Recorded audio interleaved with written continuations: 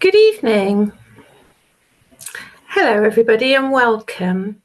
My name is Julie Reynolds, and I'd like to welcome you to this Roman Research Trust webinar, which is kindly hosted for us by Cotswold Archaeology. The title of the webinar tonight is Life in Roman Britain, a View from the Skeleton. I'm the chair of the Roman Research Trust, and just to let you know, this is a charitable trust which offers financial support to research and education in the field of Romano-British archaeology. The web address for the Roman Research Trust will be put in the chat during the course of the evening, so you can have a little look if you want to find out more about us. So my next part of the evening is to introduce firstly my co-host and then the main speaker. So I'm going to be introducing Amanda Hart, who, as I've said, is a co-host of mine tonight.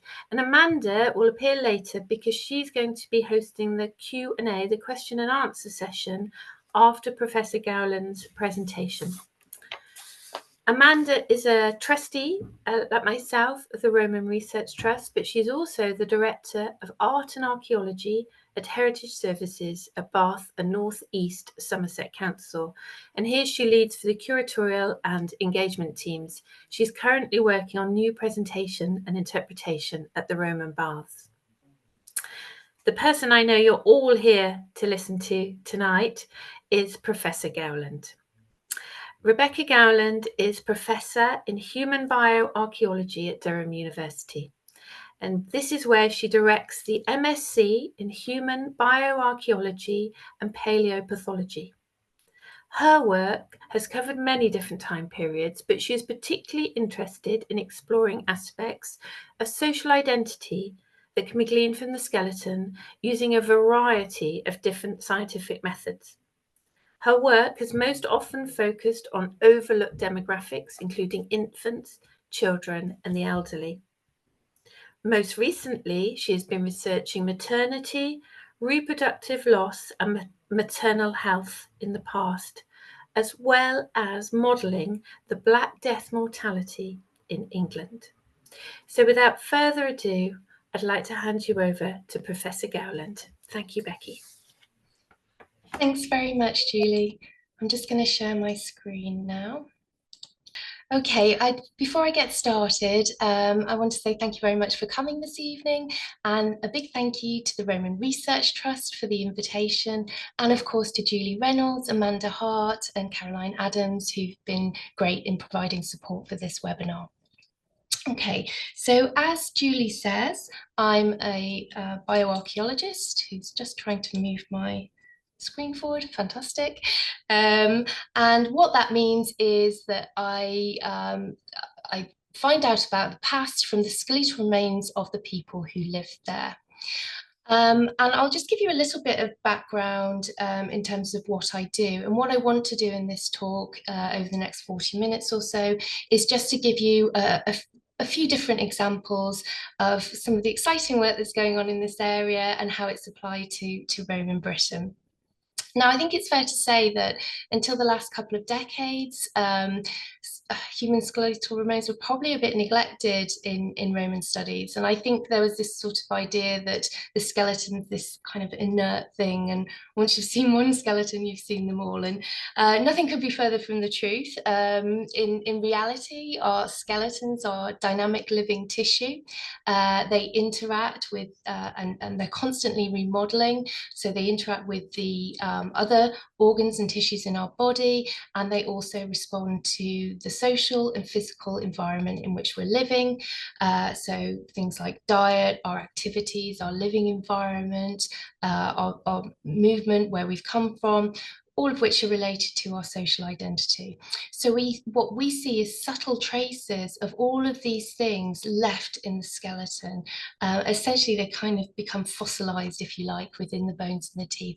And so my job as a bioarchaeologist is to try and unlock this information from the skeleton using a variety of different techniques.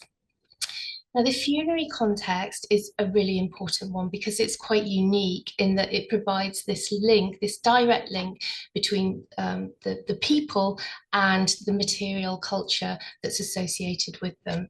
So it's a great resource for understanding about the past. I've included this figure because it kind of gives you an idea of all of the different levels and layers of factors that can affect our bodies and affect our health, from our general environment, including things like climate, to our social structures, to aspects of our identity. All of these things can interact with our bodies in different ways. So it's quite a complex picture and it can be tricky to disentangle. But to help us to do this, there are a number of different methods that we'll use, and I'll talk about some of these tonight in relation to the bioarchaeology of Roman Britain. So most of what I do is actually quite low tech. It's just macroscopic analysis of the skeletal remains, so recording observations, measuring, that kind of thing. But even now, our techniques are constantly being revised and revisited and refined. Isotopic analysis is the chemical analysis of the bones and teeth, and that can tell us things about diet, mobility, and even about stress. And I'll be giving you some examples of that later on. Stable isotope analysis has been really important over the last couple of decades for our understanding of this period. DNA analysis is also something that we're starting to do more of. It's becoming a little bit more accessible, a bit cheaper. Obviously, techniques have advanced dramatically over the last decade or so, and this can give us information about ancestry, about physical appearance in some instances, also things like sex and pathology. I'll mention a new method called amelogenin peptide analysis, which is a way of identifying sex in skeletons as well. And this is kind of a really helpful new technique. And I'll also talk a little bit about analysis of cremated remains, which are often overlooked for most periods, but the Roman period especially, I think. The other good thing about skeletal remains is that we can work at different scales. So we can zoom out and do this kind of population level analysis where we're looking at grand patterns over time using lots and lots of data. So in this figure here, we're looking at things like enamel hyperplasia, so those defects in the teeth, caries, so if you get dental decay, or cribra orbitalia, which are those porosity in the orbits, and that's associated with kind of just general health stress. So we can do these population level studies, and I'm doing that kind of thing at the moment in terms of the Black Death, but we can also zoom in and look at individuals as well. So we can do what's been referred to as creating an osteobiography. So if we look at this individual here, this child with the teeth, you can see all of the milk teeth erupted there, the deciduous teeth, and you can see the permanent teeth forming in the jaw. So these teeth are all forming at different times. So if I were to sample one of the milk teeth, that will give me information about this individual even when they were developing in utero, because the tooth crowns, although they don't start to erupt until about 6 months, they start to form in utero. So that can tell me a bit about maternal health as well. Also, there are different types of bone. So we have this spongy bone, and then we have this compact bone. So if I were to sample the spongy bone, it might give me some information about the last 5 years of a person's life. But if I sampled the compact bone, it might give me a kind of average of the values over the last 15 years.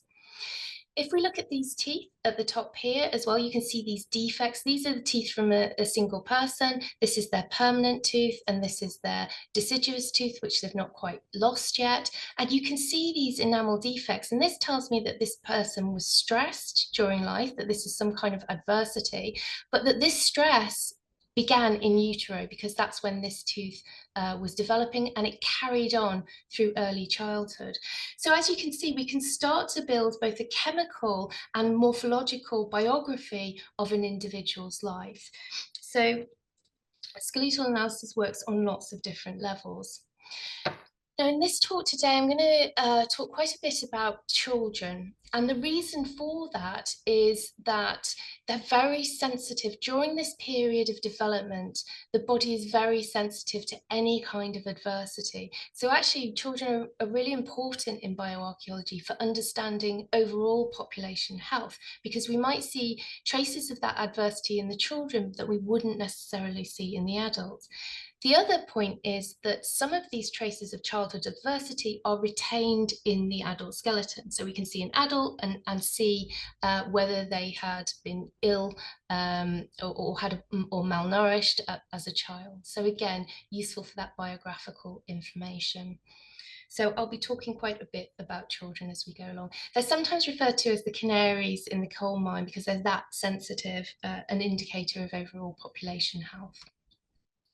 So I'm going to start off then talking about infants, and partly because my first sort of foray into Roman archaeology was looking at infant burials.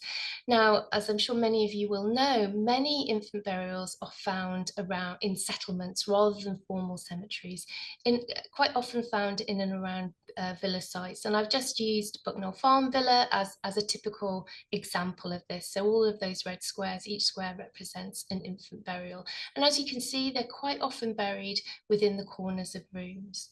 So Alex Smith, in his study of Roman rural burial, found that nearly 80% of the burials within villas were neonates. Now, there's been a fair amount of attention paid to these infants, and here's a picture of Uden Villa, which is in Buckinghamshire, and this site was published in the 1920s, so it's excavated a really long time ago, and there are about 97 infants excavated from this site, so a really large number, and in the report itself, bear in mind this is quite an old report, they were largely ignored because they weren't really considered very important. But since then, they've been reanalyzed.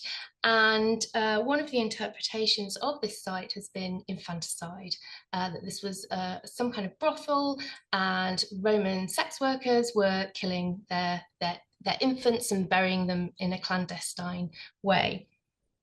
Now, I've written quite a lot on this subject, and I'm not saying that infanticide never happened in the Roman period. I think it happens in all periods over time, but I don't think that there was this kind of systematic infanticide, which seems to be implied.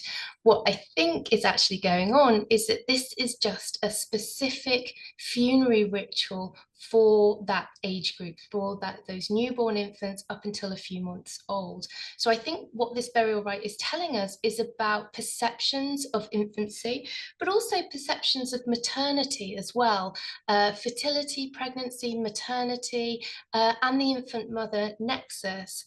And it's a ritual that is practiced when that nexus is ruptured in some way through the loss of the infant.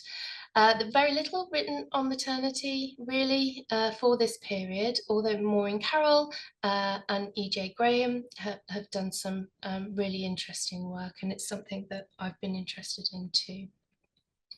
So just on that same theme, I wanted to talk about some work we've been doing on Piddington, at the site of Piddington in Northamptonshire, and this is Claire Hodson. She was my PhD student and she's now my colleague, which is fantastic.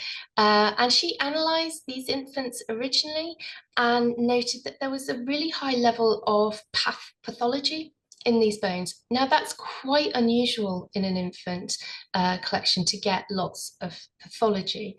So we've decided that it would be really useful to investigate this further. So we used a variety of techniques in order to do that, and I'll just go through these.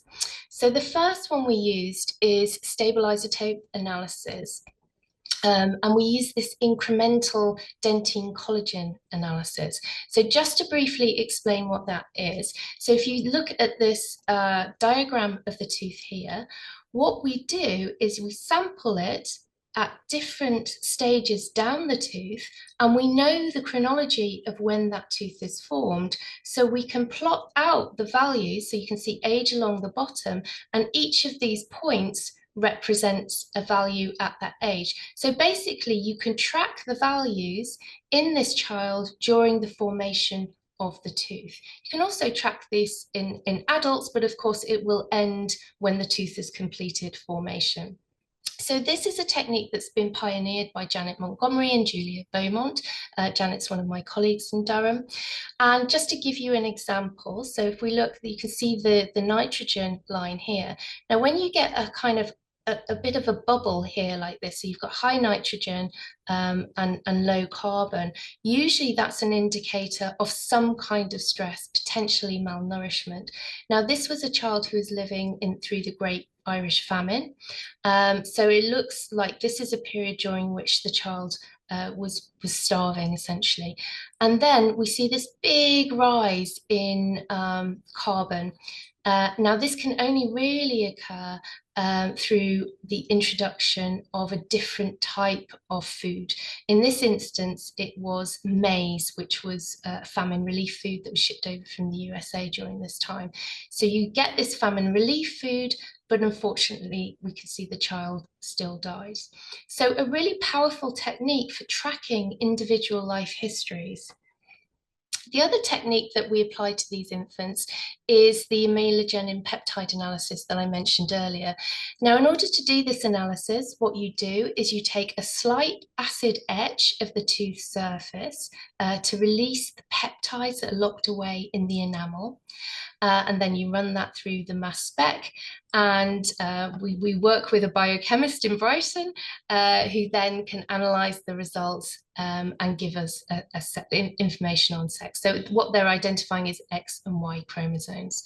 Now, the great thing about this method is this is a deciduous tooth that's just forming. You can see it's not properly mineralized yet, which is why it's kind of brown in color.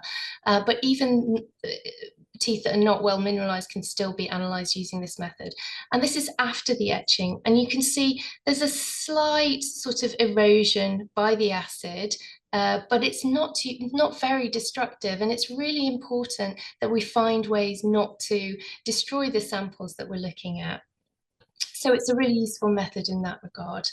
So we applied these techniques to the Piddington samples, and this is just to give you an example of one of them. So even though the tooth crown, we've only got the tooth crowns, we don't have the whole root because they're too young, they haven't formed yet, you can still get a few increments.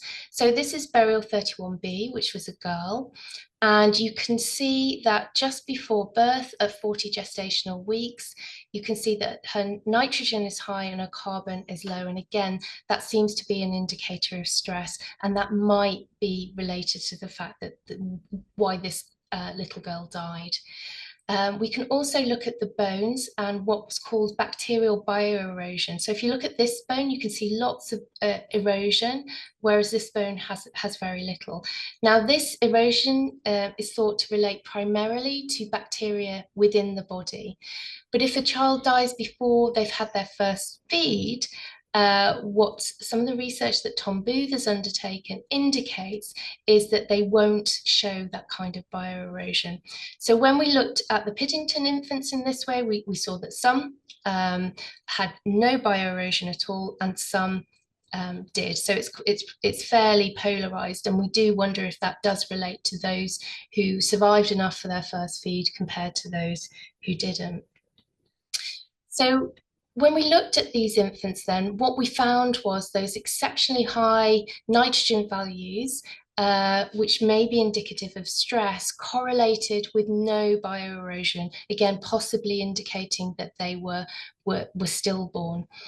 And we also had high nitrogen values consistently associated with pathological lesions as well. So the evidence seemed to fit together. So what this is telling us is that something's going on with the mothers at Piddington. They're really unwell, and this is something that we're going to look at a little bit further. Often infant bones have been looked at and analysed just in and of themselves without a consideration that actually they are a window into looking at maternal health as well and intergenerational health. So if you have a poorly mother, you may well have a poorly infant. Related to this, here's some research that my colleague Joan has done looking at lead exposure. So we know prehistoric and Iron Age levels of lead in the atmosphere were pretty low. And you see this dramatic increase in anthropogenic lead during the Roman period. And you even see it, in the ice cores in Greenland, you see that increase in lead there. So a lot of lead in circulation, and I don't think it was necessarily the downfall of the Roman Empire, but it certainly would have had an adverse effect on health. And what Jo was looking at is looking at concentrations of lead in skeletons of different age groups from various sites throughout the Roman Empire. And as you can see from this figure, there's a really high level of really high lead concentration in the fetal remains particularly. Now, when a woman is pregnant, her bones will release calcium because of the extra demands, or may release calcium because of the extra demands of pregnancy. And along with the calcium, she could release any lead that's locked away within her bones as well. So she could end up dumping some of her lead onto her developing fetus. And the developing body tends to kind of absorb more lead as well. So you can see these really high lead levels in the children. And Jo was able to link this with pathology as well. So these children who died with evidence of metabolic disease are the ones that had the higher lead burdens. So it gives an indication of the impact of lead pollution on the health of children, and ultimately as well of adults during this Roman period. Just sticking with lead a little bit, one of the other things that stable isotope analysis is really amazing for is looking at mobility, looking at people who moved around during the Roman Empire. So the idea, so this is looking at strontium, but also lead. So the idea is that the strontium ratios, these values in your bones, will relate to the underlying geology of wherever you live. So it becomes incorporated into your teeth, take the samples from the enamel, during your growth and development. So if you move from your place of childhood origin to another place later on that has different strontium ratios, you will show up as what's referred to as non-local. So this is a study that we did of Roman London together with Rebecca Redfern. We analysed about 20 skeletons from Roman London. We found that the majority of them had strontium values that were local to the area, but there were some interesting outliers. So if we look at this blue dot up here, MSL 87, this was a woman, middle-aged woman, who was buried with brooches that was sort of a bit reminiscent of Germania. And it turns out that she is also not local based on her strontium isotopes, and quite possibly from that region. And it looked from her dietary isotopes as though she moved to London shortly before her death. This purple blob is a burial of an 8-year-old child who's buried with bronze bracelets and laid on a bed of chalk-like material in a wooden coffin.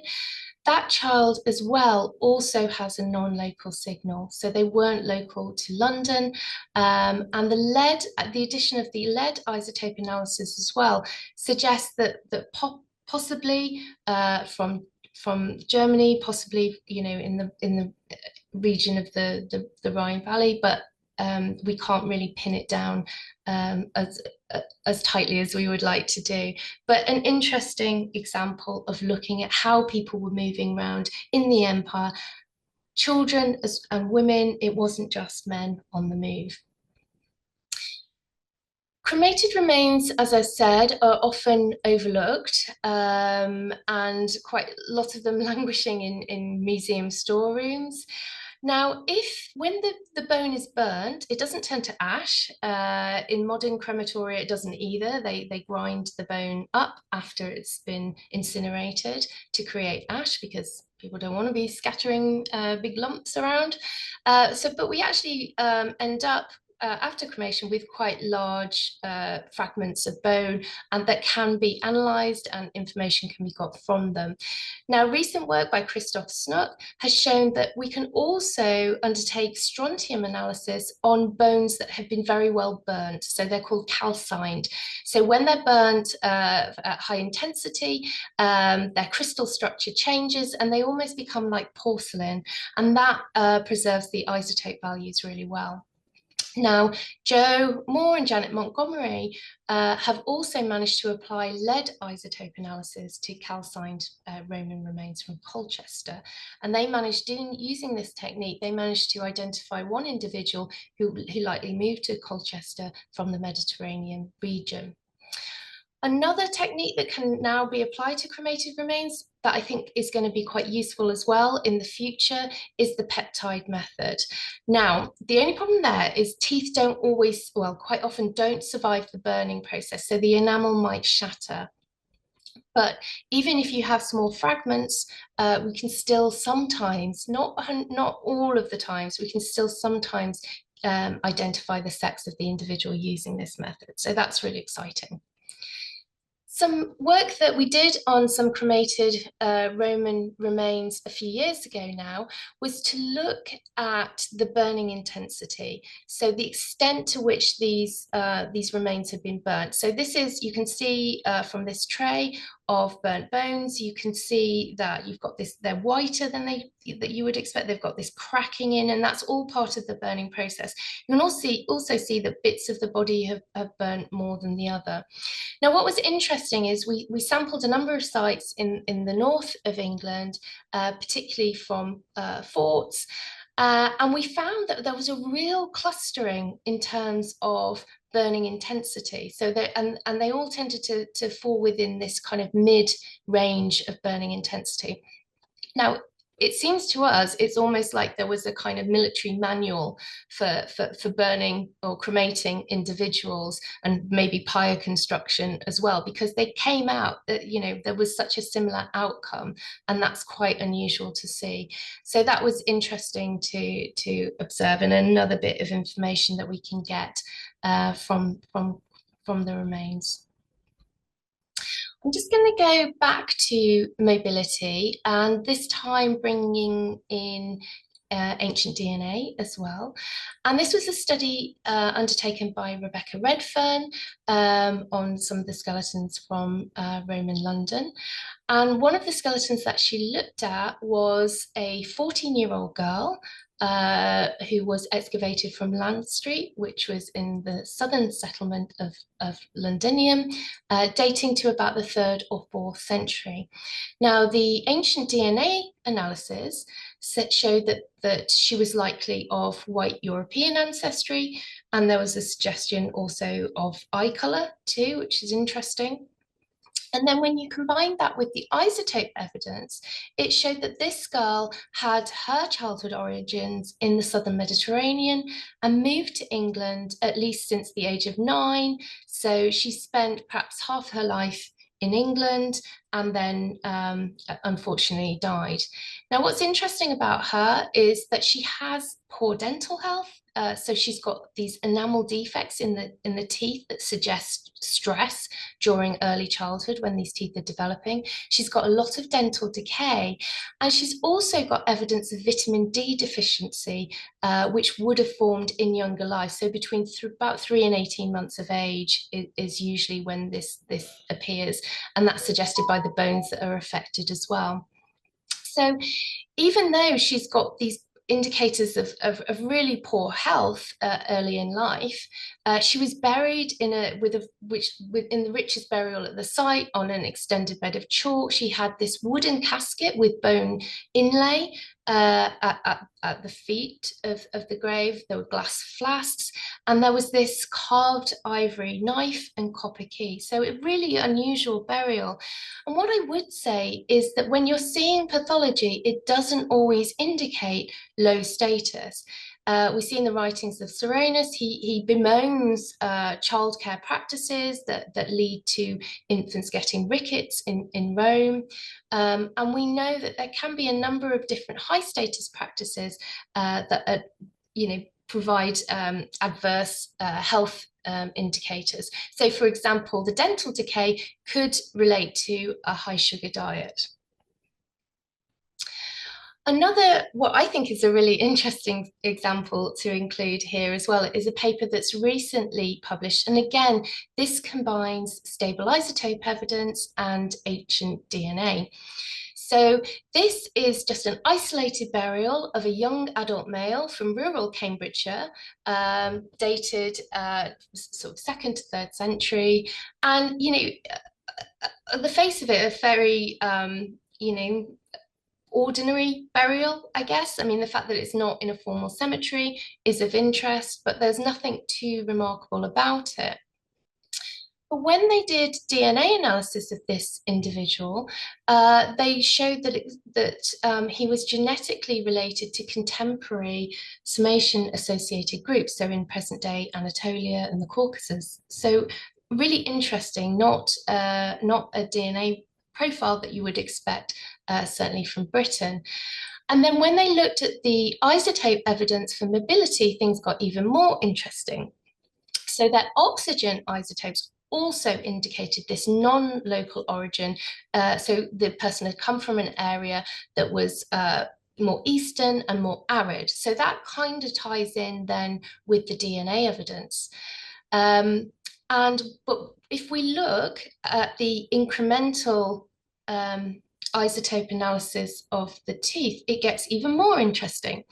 So what you see is this very high carbon values, and that's related to what's referred to as C4 crops. They have a different carbon isotope signature to C3 crops. So C4 crops are things like millet and maize, whereas in Britain it's kind of wheat, barley, those kind of things that are the C3 crops. So this person was eating a C4 diet, which we don't have in Britain, but would have been available, in that region. And then they clearly moved at the age of 5 because the values kind of plummet, as you can see. And then they're kind of moving again, and their isotope values drop again. So they're moving gradually towards a C3 diet, which is the kind of diet we have over here. So I think this is really interesting in terms of tracking this young man's journey when he was a child. So it likely represents 2 discrete periods of movement. Now, why did he come to Rome and Britain? I think we don't really know, but we can, there are a number of things that we can speculate on. Was this person part of a soldier's family when he was moving? Was he, moving for trade, an economic migrant? Was he enslaved as a child? But we can't say for sure, but again, what this really highlights is evidence for this long distance mobility, again, including children to Britain from the margins of the empire and even beyond. So what at first glance is a fairly ordinary looking burial, I think we've been able to, or the scientists involved in this, have been able to unlock a really interesting story about that individual's life. Now, I'm just going to talk a little bit about health. Rebecca Redfern and Sharon DeWitt did a study where they looked at the health in Dorset of Iron Age individuals and Roman individuals to look at the impact of the Roman occupation on health, overall health. And what they found was actually an increase in mortality risk, especially for males and for children. Certainly, I mean, the problem is Iron Age burial practices are, for the most part, largely invisible. There are certain regions where they were practicing inhumation, but our evidence from the Iron Age is largely patchy. So it really then becomes challenging to make these comparisons across the whole of the country in terms of what happened to health during the Roman occupation. But certainly what we seem to be seeing are changing patterns of disease. We seem to be seeing an increase in infectious, metabolic disease, dental disease, and these, what we refer to as these non-specific indicators of stress. So these are these enamel defects that I've mentioned earlier, crib orbitalia, this porosity in the sockets, and also this new, if you look at this darker patches, this new bone formation on the bone, which is a result of kind of inflammation, which again is seen as a non-specific indicator of poor health. So we tend to see an increase in these patterns during the Roman period, but it's complicated because, as we've seen in a number of examples, some of the poor health in the skeletons of people who are dying in Britain, the poor health actually relates to the area where they've come from, so their childhood place of origin. So we need to be careful in our interpretations that we're not interpreting these in terms of the proximate environment. So we need to be kind of cognizant of that. Obviously, there's heightened social stratification, heightened social connectivity during this period. There are changes in diet, subsistence practices. So you would expect all of these things to have an impact on disease frequencies. What I would say, and a pattern that is also seen, Leslie Quaid, one of my previous PhD students, found the same pattern in Gaul of what seems to be improved health during the post-Roman period. So what we see in the post-Roman period is an increase in stature, so an increase in height, which is usually an indicator of good health, and also a decrease in those kinds of stress indicators that I've mentioned.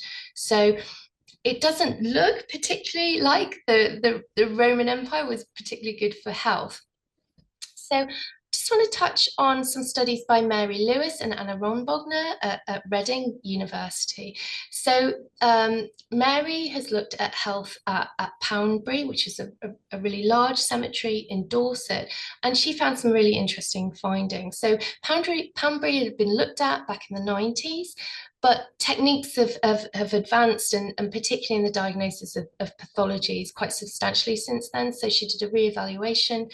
There are lots of infants at this site with high levels of metabolic disease, lots of vitamin D deficiency, lots of vitamin C deficiency. Weirdly, a high prevalence of rib fractures as well. So 12 children, that's really high. Usually we would associate rib fractures with violence, child abuse in some way. So I'm not quite sure why these are so high. Also, really high levels of probable tuberculosis as well in a number of children. But really interestingly, and she was able to diagnose for the first time in Roman Britain, cases of thalassemia. Now, that's a genetic anemia, which again tends to be associated with Mediterranean regions where falciparum malaria is quite rampant. So this is an inherited anemia that certainly one child who was buried in a mausoleum had, and then obviously died.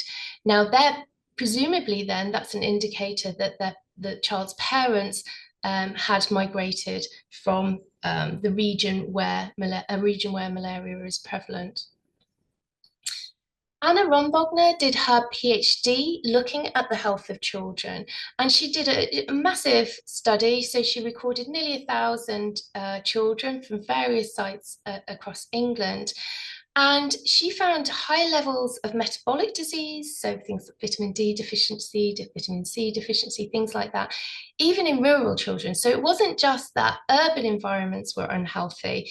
There are high levels of stress within the rural environments too. And this has also been noted by other authors as well. Whether this is related to rural poverty, restricted diet due to land ownership, we don't know. She did find higher evidence of pulmonary infection and tuberculosis, though, in urban sites. And she found that urban sites tended to have older children, and wondered whether this was children old enough to work migrating to the urban areas from rural areas. She also found quite a high rate of pathology in those aged 7 to 12 years. And we know there is a kind of shift in childhood around the age of 7, kind of marks a kind of a life stage. And quite often that was when children of certain families would need to work. So it's possible that that was coinciding with work. So and realize that time is pressing. So I'm just going to finish with this example of traumatic injury. And this is from a very well-known site. It's been in the press a lot over the last decade or so. So it's a site of Driffield Terrace in York, and it's a really unusual site. So there are about 82 inhumations, but they were almost all male. I think there may have been one female and a few children, but pretty much all adult male. And 70% of these burials were decapitation burials. Now, we do see decapitation burials across England during this period, but they're usually, you might expect to see sort of 6% decapitated. There is a unusual site that Rob Wiseman has published recently where that is much higher, but that's an unusual site. So having 70% of decapitations is odd. The demography is also odd, and the pathology reveals really high levels of healed trauma, so trauma that was sustained during life, and also a lot of trauma that happened around the time of death, and may be likely to have killed the person. And the types of trauma that we saw is very much that's associated with interpersonal violence. So lots of craniofacial fractures, fractures to the hands, so boxers fractures, and to the vertebrae as well. And the location of the fractures on the cranium tended to be on the left side, which is what you would expect with face-to-face combat with a right-handed aggressor. And the patterns of trauma are really similar to those sustained in the Gladiator Cemetery at Ephesus, which is a similar period, about 68 individuals excavated from that site. So there's a lot of similarities. The other unusual thing about Driffield Terrace is that it had quite a diverse isotopic profile and some work undertaken by Gundula Mulder. And so again, suggesting that people were coming from, they weren't all local to York, they were coming from further afield. A study fairly recently of the ancient DNA and isotope evidence also identified one individual likely had come from the Middle East, and both the isotope and the DNA evidence supported that interpretation. Now, what I'm going to focus on is skeleton 6DT19, and that was a male deposited in the same grave as 2 other males. He was aged about 26 to 35 years. He was buried decapitated, and the blow for the decapitation had come from behind. The isotopic evidence suggests that possibly he came from a warmer climate, but it was still just feasibly within the British range, maybe sort of southwest range, something like that. So we're not too sure about that. What we were interested in was these lesions on the pelvis. Now, there was some debate as to whether these were bite marks. So the original osteologists suggested that they were, and then they were re-evaluated, and there was a kind of more cautious interpretation. So you can see this lesion here. So did a 3D scan and lesions here. And this is the ilium of the pelvis, so towards the top. So Dave Erickson and Tim Thompson, who are forensic anthropologists, undertook some comparative research with London Zoo to look at the bite marks from the large cats. So they looked at bite marks of leopards and lions and other large cats to compare them with the bite marks that we had from this individual from Driffield Terrace. And what they found was the characteristics of the lesion were very consistent with a large cat, such as a lion. I happen to have a lion skull in our zoo lab, and it was a really strong fit with the bite marks that were on the pelvis. So really interesting use of approaches from forensic anthropology as well. And it just shows the importance of violent spectacles, including animals, even in York during this time, but also raises questions about the transport logistics around transporting wild animals large distances. And I was talking to Rebecca Redfern, and she said that they also had found a camel bone in London, so it's not just lions that are being moved around. And this marble relief here is pretty much looks quite similar to what seems to have happened with this particular skeleton. And just to put you in mood for the new movie that's coming out, to whet your appetite. I haven't got a commission or anything. So just to summarize then, the human skeleton can provide a huge amount of information about many facets of Roman life and death. And I think it's helpful to think of the skeleton as an archive of an individual's life experiences. It's not a perfect archive. There's bits missing, there's bits that we can't find out about, but it provides lots of additional information. Now, when we're using scientific evidence or working on these remains, it's really important for us to have interdisciplinary collaborations. I've worked on the Roman period, but I've worked on lots of other periods as well. And, I try, but I can't be an expert on every period. So it's really important for us to work closely with people who do. And what I found is that these interdisciplinary collaborations are just really useful for providing a completely different lens and an approach. So for my Black Death project at the moment, I'm working with a physicist, and the research culture within physics is very different, and his approach is completely different, but it's actually opening up kind of new ways of thinking as well, which is really interesting. So scientific techniques are developing rapidly. So there is it just all the time. And so it's really exciting, and it's allowing us to kind of ask new questions of the past. So I'm really excited to see what the next 10 years will show us. So thank you very much for your attention. Oh, and I've just got a few acknowledgements there. And I'm going to end show and stop sharing. Oh, I've stopped sharing. Great. Thank you so much, Becky. I think the number of people that have actually turned out tonight to listen to this talk just demonstrates how interested people are in the subject, but also to your contribution to the field. It was so fascinating just to have that overview of all of the information that you can get from looking at skeletons.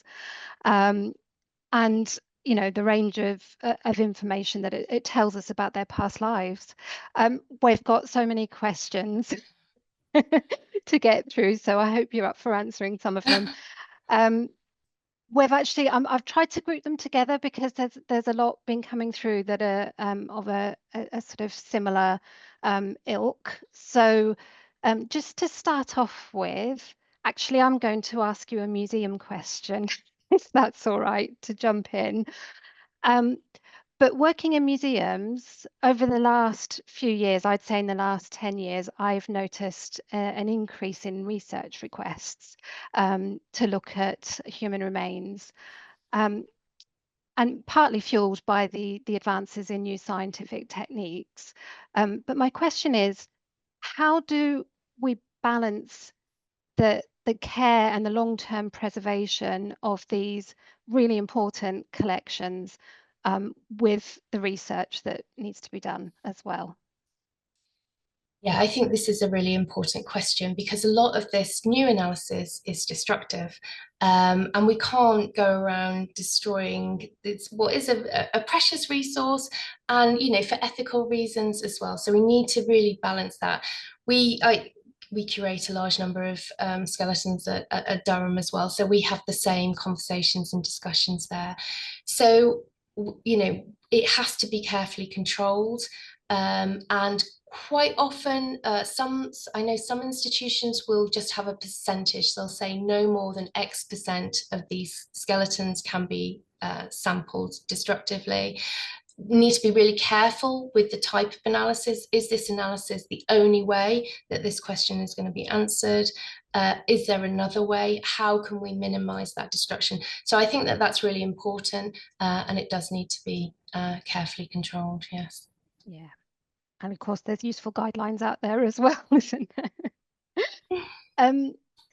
So there's been a lot of questions about lead and about and what caused the lead pollution in Roman times. Where did it come from? Was it the water? Was it industry?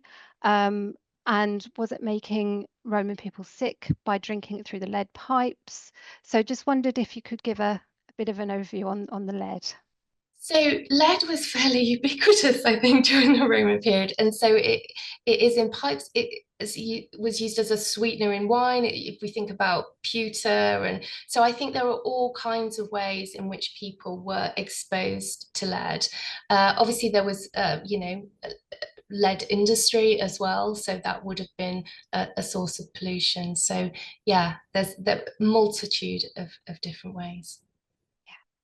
And was that everybody that was affected, or was it particularly high status individuals? So one would expect that higher status individuals would have more exposure to lead, and would have had more opportunity to ingest lead. That is my assumption, but I don't think that that's been tested as such. Yeah, but one would assume. Okay, great, thank you. We had a few questions about cremation. Mhm. People wanted to know, does the type of wood burned affect the heat intensity of the cremation? And also something to do with health, and was cremation practiced as a way of actually getting rid of diseased bodies, say as part of the army? Yeah, so that's really interesting. I think yes, the type of wood would have affected the burning intensity and the way that the pyre was constructed as well. So Jackie McKinley's done a lot of experimental work on pyres as well, which has been incredibly useful. So yes, there are all kinds of factors that can affect the burning intensity. Actually, factors related to the person as well. So if you are quite an overweight person, you will burn at a higher intensity because there's more fat. And if you talk, and sorry if this is insensitive, but I know that sometimes with older people who may be a little bit emaciated towards the end of their life in modern crematoria, it presents some challenges. So yeah, so there are factors related to the individual itself as well as things like pyre. In terms of whether they were buried in, because of concerns around, cremated because of concerns around disease, I don't know. I think in the cases that we're seeing, it was just because that was the standard burial practice. The key thing though about cremating someone, if you're cremating them, you're making them portable. So you can then send their remains home or send them somewhere else. So there is that portability element there that's also quite important. Yeah, of course. Um, Bit of advice for any aspiring archaeologists out there. How can they get to do what you do? Well, this sounds maybe slightly biased, but I would recommend that they do an MSc that focuses on bioarchaeology, such as my own, because you need that kind of intensive training, and then you can either carry on towards a PhD, or many of our ex-students have gone on to work in for commercial archaeology units, and then have ended up becoming human bone specialists for those units. So yes, so it doesn't matter if you've got a degree that's not in archaeology. The great thing about master's courses is that you can start to specialize at that later stage. So we have students that are from history or classics or chemistry. We have a whole random group, and I really like it actually if we have people from different backgrounds, because I think it really enriches the discussions that we have. Fab. A question here about the observed increase in stature after the Roman period. Can that be related to an influx of a different population that was on average taller than the population of Roman Gaul? Yeah, so that's initially, that was certainly the primary suggestion that's been made, sort of larger Germanic types coming to Britain. But there is some debates over as you know, about the extent of these migrations in the 5th and 6th century. I think it's also related to a quite dramatic shift in lifestyle, in settlements, possibly different diets, maybe more protein, milk protein. Certainly, it's not just stature, it's the decrease in stressors as well. So I think there could be a genetic component, but I don't think that that's the only answer. Okay. And it's a similar question. How do the bone comparisons from Roman burials compare to Britons of the same period? Can you tell? No, because we don't, so what's been really interesting about some of the isotope studies is that the individuals that we think were non-local based on their grave goods are in fact local, and I think it shows us that it's really complicated, and we certainly can't differentiate just based on looking at them whether they were indigenous to Britain, which is what I assume you mean, or whether they were coming in, so we just can't tell from the skeletons. Yeah, I'm afraid not. If only it were that easy. Um, have you seen any cases of polio in Roman Britain? So I think that so I'm trying to wrap my brains. I think that there are, but can't, I can't remember off the top of my head, I'm afraid. I'm pretty sure there's one at Bathgate Cemetery. Ah, fantastic. That's really interesting. Yeah. Yeah. Um,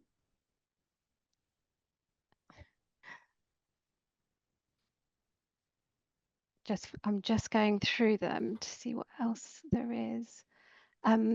Have you ever seen obvious signs of ritual behavior on skeletal remains, or is this lost in the soft tissue?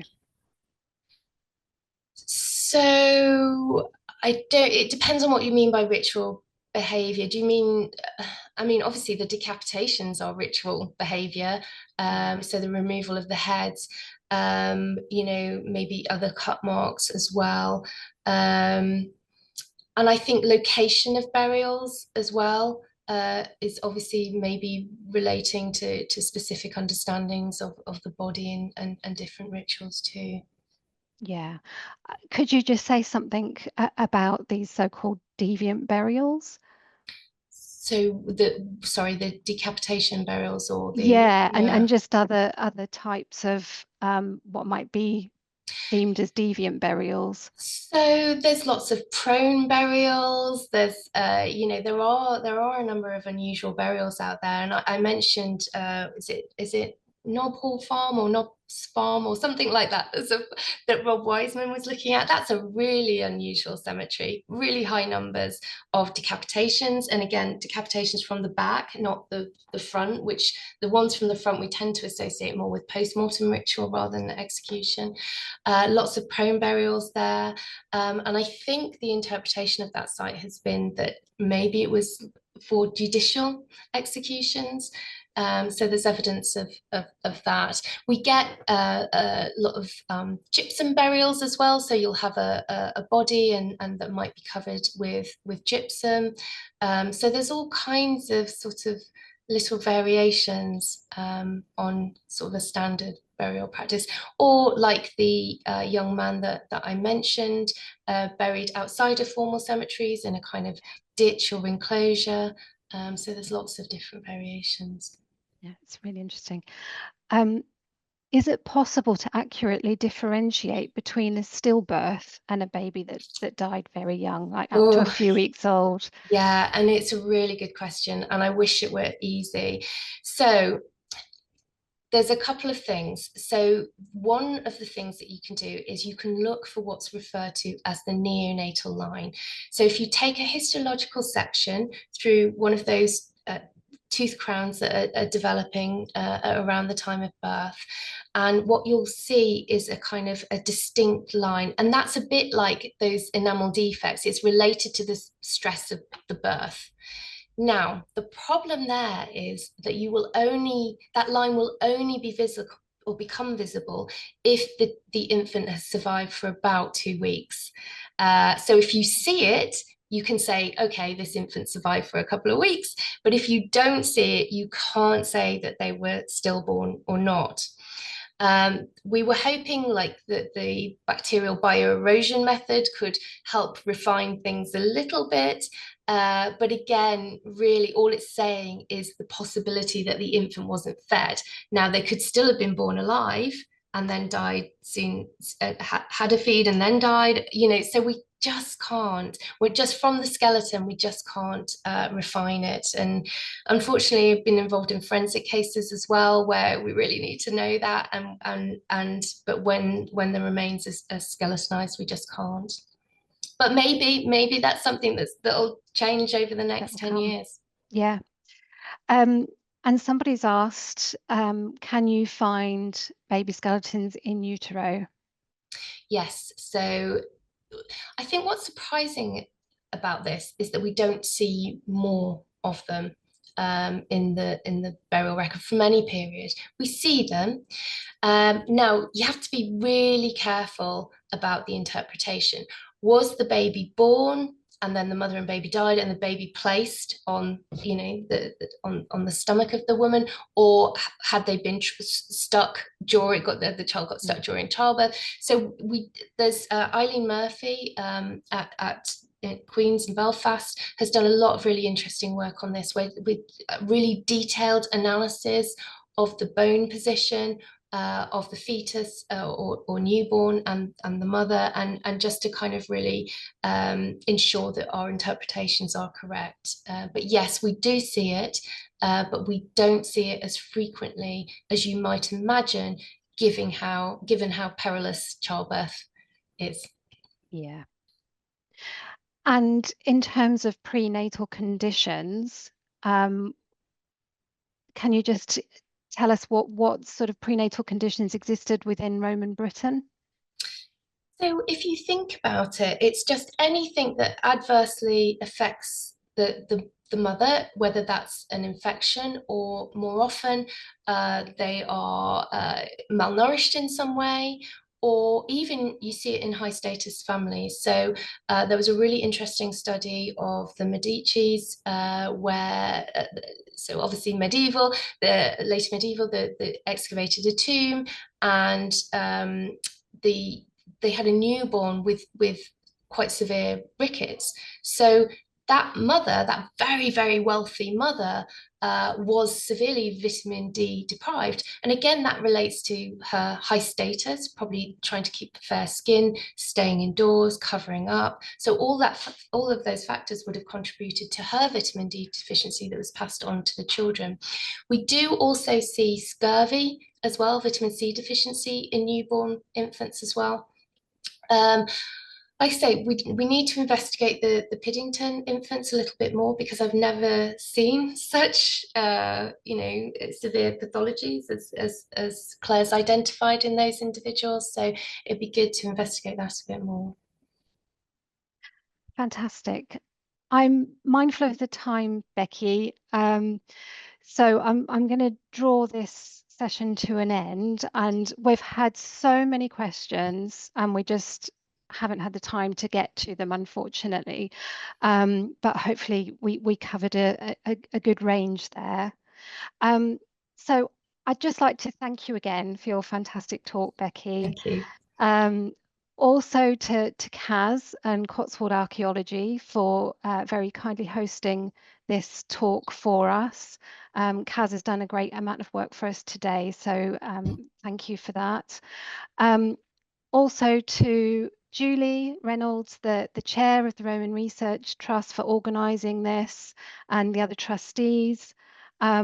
Please remember the links that we've posted if you are interested to find out more about the Roman Research Trust and the work that we do. Yes, Becky's long list of references will be posted afterwards as well, so you should all have that. So if you're interested and we couldn't get to your question, then I'm sure you will find the answers within that long list of references. So thank you very much for joining us, and good night.